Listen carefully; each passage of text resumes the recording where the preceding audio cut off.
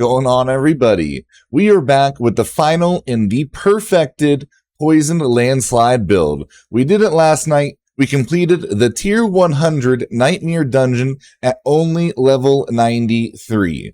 This build still isn't fully min-maxed. We don't have the whole Paragon Board done, but it was beefy enough, it was tanky enough, and it did enough damage to go ahead and finish that spicy Tier 100.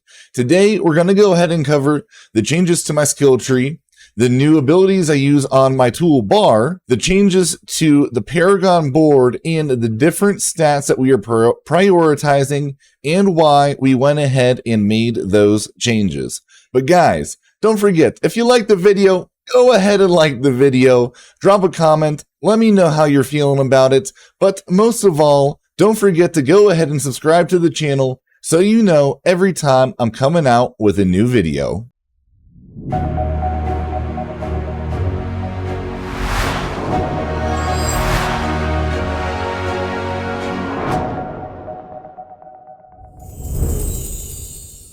Alright, first things first, let's go ahead and talk about the skill tree. There have been a lot of changes, and I will go ahead and describe and let you guys know why I made these changes. Storm Strike stays the same. Make sure you use Fear Storm Strike so you can go ahead and proc vulnerable damage even when the exploit glyph wears off. Then down here we go ahead, 3 points in Wild Impulses as always. I did actually take a point out of Landslide, and then I don't use any of the third bars on Landslide, which we'll cover in a second why. Now down here I put 5 points into Earthen Bulwark, and then I switched from Preserving over to Innate. So we're using Poison Landslide, but we're also utilizing the Barrier Generation and Innate Earthen Bulwark with the amount of AoE damage that it can do. And this will be, honestly, your main source of damage now. Then here, we want to put 3 points into Vigilance. Another change that we made was that Poison Creeper. We took all the points besides 1 out of Poison Creeper, but we also went Brutal Poison Creeper. Now, we did this because late game, you should always have your Poison Creeper back up in 5 to 6 seconds. 6 seconds is how long the poison lasts anyways. So it's really unnecessary to have 3 points in Ferocious, adding the extra 3 seconds. I would rather have the extra 20% chance for a critical strike. I do think that this becomes much more worthwhile to have the extra critical strike chance instead of having it last a little bit longer. Now down here, we did actually decide to go into Hurricane. Hurricane is really nice because anybody around you is always slowed. Slowed does count as CC, so that is extra damage percentage that's going into the damage bucket for a multiplicative damage. And then also Savage Hurricane gives you 20% damage reduction to anybody that is being affected by Hurricane, which for us is massive. Now maybe later on when our Paragon Board is fully finished, we hit level 100 and our build is fully min-max, this might not be as necessary. But at level 93, to complete a Tier 100 dungeon, I definitely felt like this was a worthwhile change. Then in Trample, we made another change. We went ahead and started using Natural Trample. Casting Trample grants 20% base life as Fortify, helping give us some more fortification. We, again, in this build, don't use Spirit at all. So it's literally a waste to have it in Savage Trample. So we went ahead and made that change. Everything else here stays the same. 3 in Crushing Earth, 3 in Safeguard, 3 in Stone Guard. Then we went down here and we kept this the same as well. We put 3 points in Envenom. Then for our ultimate, we still use Petrify all the way through Supreme Petrify. We go ahead and put 3 points in Defiance, 3 points into Natural Disaster, and 3 points into Resonance. These all just play into us using nature magic and then switching between storm and earth skills. And then for our key passive, we use Nature's Fury. That way it procs off of our symbiotic passive our symbiotic aspect to go ahead and give us more cooldown reduction. Then for our toolbar, we went ahead and switched out Landslide with Hurricane. Now we did this because I want to have Hurricane procced 24/7. It doesn't cost any spirit, and then honestly, you get it up enough with the CDR that we have to be able to keep spamming it That way you're always getting the extra CC damage onto people around you. And the damage reduction, you can pop it before you go ahead and push into a room. So you're running into that room with 20% damage reduction. I am aware that yes, you are going to lose out on the Terramotes, so you're losing out on the guaranteed crits on your landslides. But with the Poison Creeper giving another 20% and having critical strike chance built into our build and our stat prioritization, we're sitting around 45% critical strike chance. So it's going off enough where I think that having the extra 20% damage reduction and extra 25% damage to slowed enemies is a much more worthwhile use. A lot of people argue that you don't need Hurricane on your toolbar because it can proc off of Trample. That's only a 30% chance, and you have to initiate an engagement for that to start working. So I don't think that is a worthwhile use of your stats. If you're going to be doing that, I don't really think that it's worth it at all to have points in Hurricane. You're better off going and putting 3 points into Heightened Senses. That way you get 12% damage reduction while you're in Werebear form, and then for 5 seconds afterwards. That way you can trample in and then instantly get that damage reduction. And you're going to be spamming trample so that you can keep it up. I prefer this because I can save trample as an extra utility to be able to get rid of CC in a sticky situation and always have that 20% damage reduction up instead of needing to proc trample to get 12% damage reduction.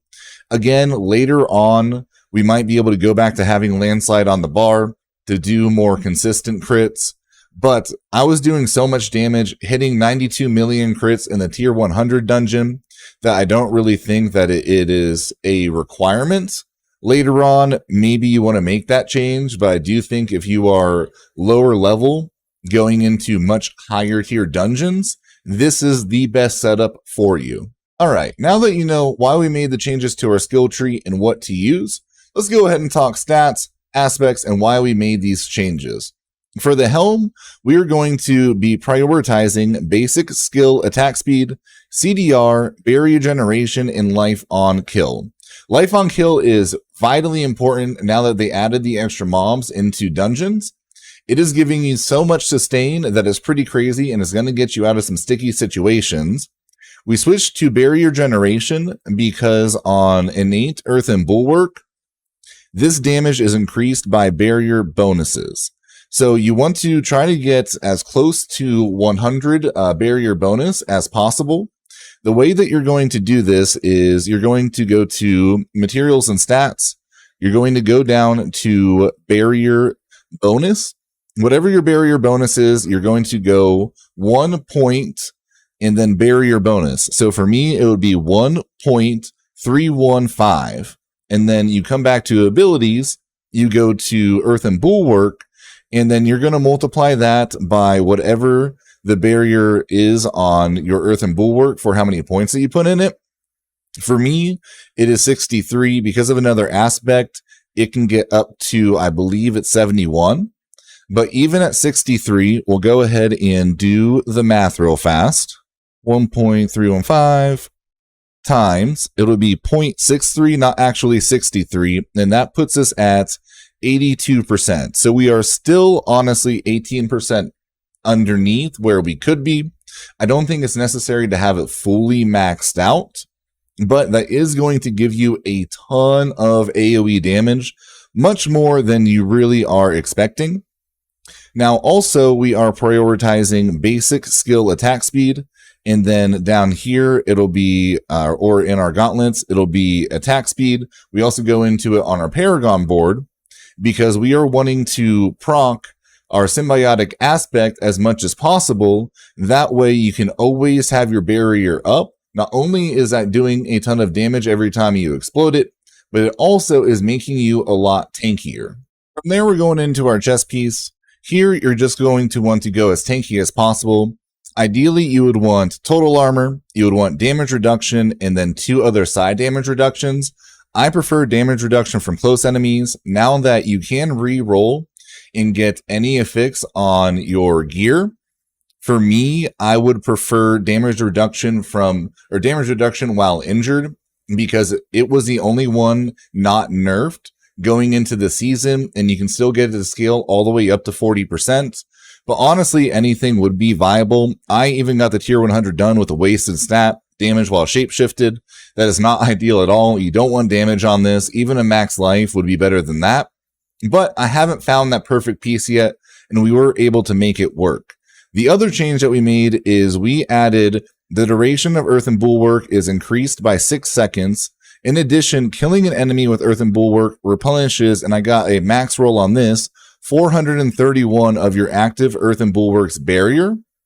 Now, this is huge because it does allow you to keep Bulwark up a lot longer. So just in case you don't get that proc and the cooldown doesn't come down all the way before it runs out, this lengthens the amount of time you're going to be wearing Bulwark, helping keep you that little bit of extra tanky just in case you don't get the RNG of having your symbiotic aspect proc. For our gloves, we did go ahead and make 2 changes. We do prioritize attack speed on it, so you're going to want Ranks of Landslide, attack speed, lucky hit chance, and critical strike damage with earth skills. Instead of lucky hit chance, if you want crit strike chance, that's okay as well. I got a max roll on this lucky hit, which is God tier, so I definitely wasn't going to want to swap that out. And then also we did change our aspects around. We used to have symbiotic aspect on here. Now we have trampled earth instead. Later game, I just feel like the landslide damage the landslide damage from trample kind of starts to fall off. It is not your main focus of damage anymore. Your Earthen Bulwark is, so it wasn't worth it to have it on your amulet anymore. I went ahead and put the symbiotic aspect on my amulet instead.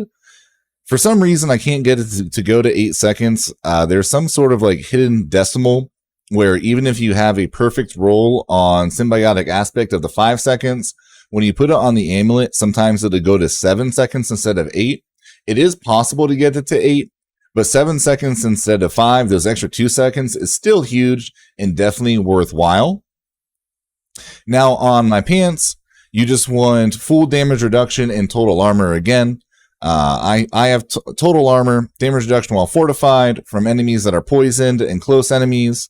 If you can't get total armor and 3 damage reduction, I would still want the total armor, but maybe like a max life and 2 damage reductions would be a viable option as well. And then for the gems, I still stick with the sapphires that do 3% damage reduction while fortified. Again, this build and going into late game is all about survivability. We were doing a ton of damage, but we were a lot squishier before I started to work into a kind of a hybrid of Poison Landslide and the Bulwark build. So making sure that you do have 3 damage reduction in total armor is key. Yes, you could go max life, like I said, also in the chest piece. I just feel like max life has more diminishing returns than damage reduction. But if you get total armor, 2 damage reduction, and then a max life, you're still going to be in a decent place. Then down here, we went ahead and we have the ballistic aspect still. When you fortify, your earth skills gain 2 ranks, giving you that extra damage into your landslides and into your bulwark. That gives you a little bit of extra barrier generation. I think that I'm closer to 90% barrier generation when this goes ahead and procs. And then we did take a point out of landslide, but this kind of makes up for it as well, giving some damage back to that. Then for us, we have movement speed for 4 seconds after killing an elite, damage reduction while injured, which those 3 are 100% God roll and what you're going to want. Now, the last one is really personal preference. You can do dodge chance. You can go all stats. It's really whichever one you want, or if you need some extra stats for a specific part of your Paragon board, if you want to go ahead and prioritize that stat, this would be a good place to go ahead and make that up. Then for the amulet, we stuck with the same amulet that we had before. This is still a God roll for us. Total armor, 3 rings to Envenom. There has been a rumor going around that they changed it where Envenom is now additive and not multiplicative damage. I haven't personally seen or found anything about that. found a really old Reddit post, but everything recently says that this has not been changed. So I am still sticking with Envenom until I see something from the devs themselves saying that that was changed. Then also, cooldown reduction, always really important. Now, you could switch instead of earth skill damage. You could go for critical strike chance. You could go for more max life or even more barrier generation here. That one is kind of a little bit of a personal preference stat. For rings, we're not quite perfect roll, but they are still really good. You're always going to want critical strike damage, critical strike chance, invulnerable if you can get it. And then the last stat will be a little bit of a flex. Maybe you want lucky hit, maybe you want max life, maybe you want barrier regeneration. All of them are still going to be really good. On this one, we got barrier gen, so I stuck with that stat. And then we had damage to close enemies, which isn't the worst stat in the world. Obviously, if we are going to be relying on innate bulwark to do a lot of our damage, everybody's always going to be close. So it's still a good stat to have. And then on our other ring, we went ahead and we went with lucky hit chance. That way we're able to have our poison creeper up more often and everything can stay poisoned, giving us additional critical strike chance. For the aspects, we did change symbiotic aspect onto our amulet, as I talked about before, giving us that greater cooldown. Then on our rings, we went ahead and kept aftershock and subterranean over here. You can, I mean, it really doesn't matter if you have, if you have trampled on your rings or subterranean, like those three can kind of flex between the three. It's really personal preference. If you find the right aspect and the right piece of gear, those three can kind of switch between them. And then on our offhand, we go CDR, critical strike chance, lucky hit chance, and then basic skill attack speed.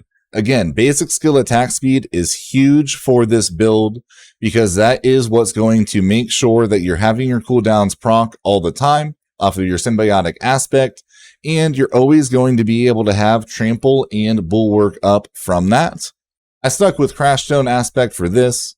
Earth skills deal 31% more critical strike damage to crowd-controlled enemies, especially having Hurricane on the toolbar. Now we're doing 25% extra damage to CC'd enemies, and we're always getting that 31% to CC'd enemies every time that you are critting. So I do feel like this makes up for the lost critical strike damage from your Terramotes even more. And then over here on our axe, we do have a God Roll axe.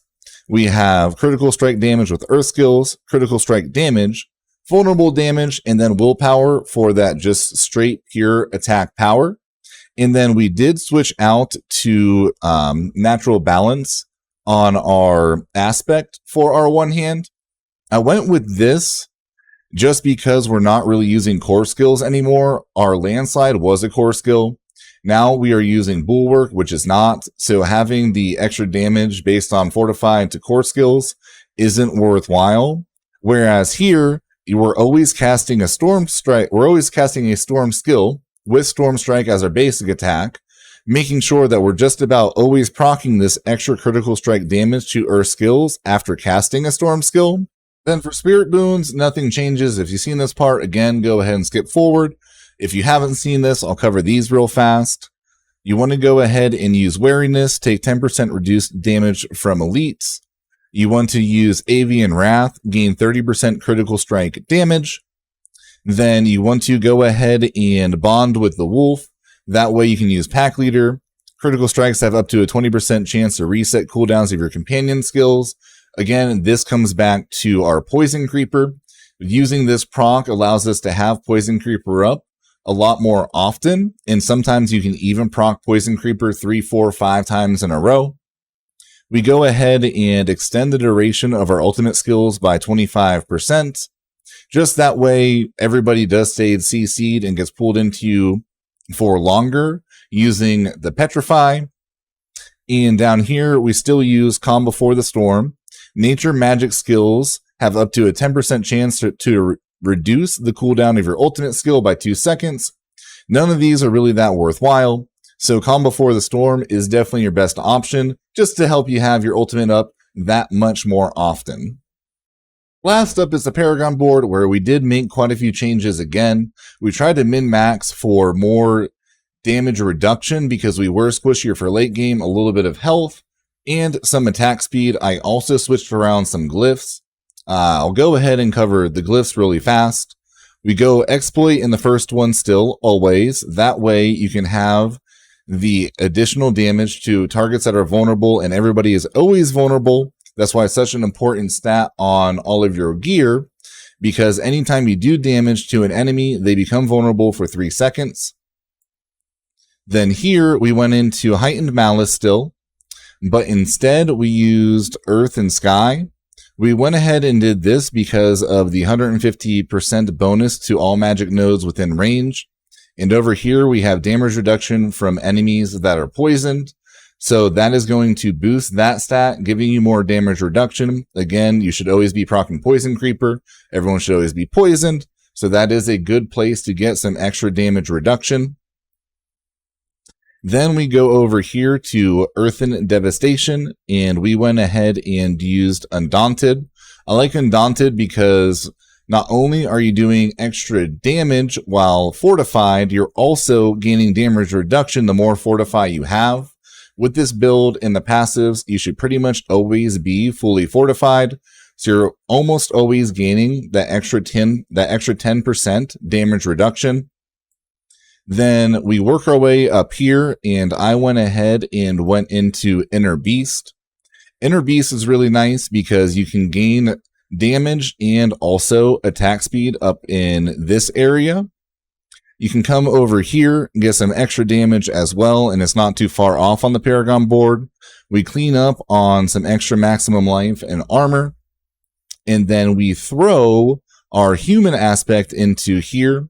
I personally like this one because we're saving trample as a utility to remove CC or get out of a sticky situation, not so much a main focus of damage.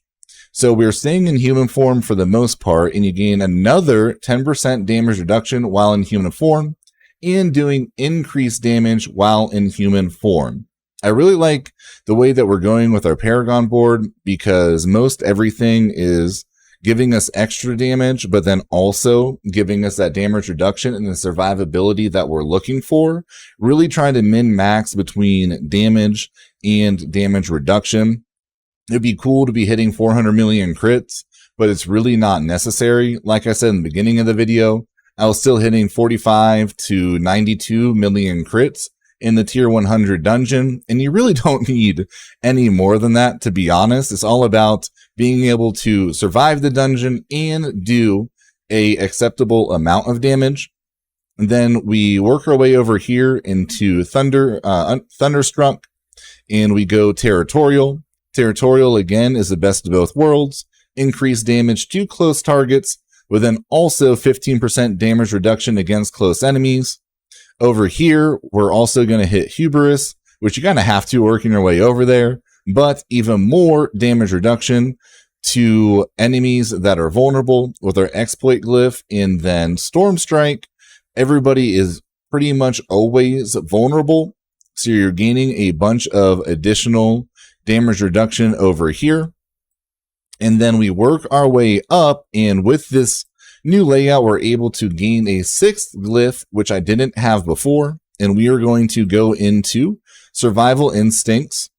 In working our way up in Survival Instincts, we're able to hit here for Bulwark, which is extra damage reduction while fortified and fortified generation. So again, making us tankier. And then we work our way into the last glyph spot, which is a pure damage glyph for us. Now, I haven't hit this one on my board yet, but this will make up a ton of extra damage for you. And I went ahead and went Spirit. This is going to give you extra critical strike damage, but then also extra damage against any enemy that is hit with a critical strike, which then adds up to a maximum of an extra 12% damage.